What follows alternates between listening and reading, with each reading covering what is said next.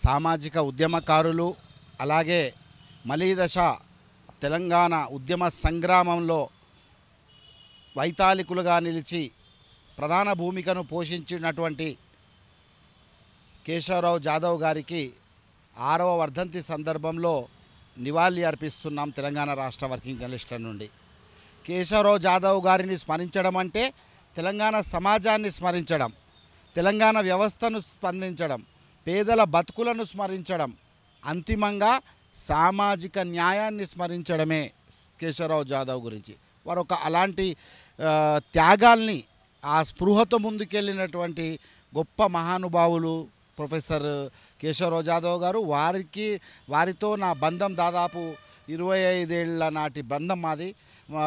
వారు మేము కలిసి మెతుకు సీమలో కరువు సంభవించి అక్కడ రైతుల ఆత్మహత్యలు, వలస కూలీల ఆత్మహత్యలు జరుగుతున్న సందర్భంలో కలిసి మేము పల్లెల్లో కదం దొక్కినటువంటి సందర్భాలు గుర్తుకు చేసుకుంటాం ఎప్పుడు.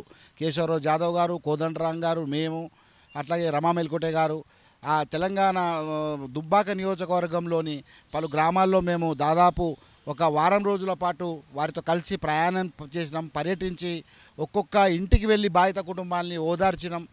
ఆ సందర్భంలో జాదవ్ గారు వారికి ఇచ్చినటువంటి ధైర్యం, భరోసా, అట్లాగే వారు ప్రభుత్వం మీద తెచ్చినటువంటి ఒత్తిడి, ఈ కరువుతో చనిపోయినటువంటి రైతుల కుటుంబాలని ఆదుకోవాలని కావచ్చు, అట్లాగే గ్రామాల్లో నెలకొన్న ఆకలిని తొలగించాలని వారు మరీ పట్టుబట్టి ప్రభుత్వం మీద ఒత్తిడి తేవడం, ప్రభుత్వం కళ్ళు తెరిపించడం అనేది ఎప్పుడు మేము మర్చిపోలేనటువంటి ఒక జ్ఞాపకం.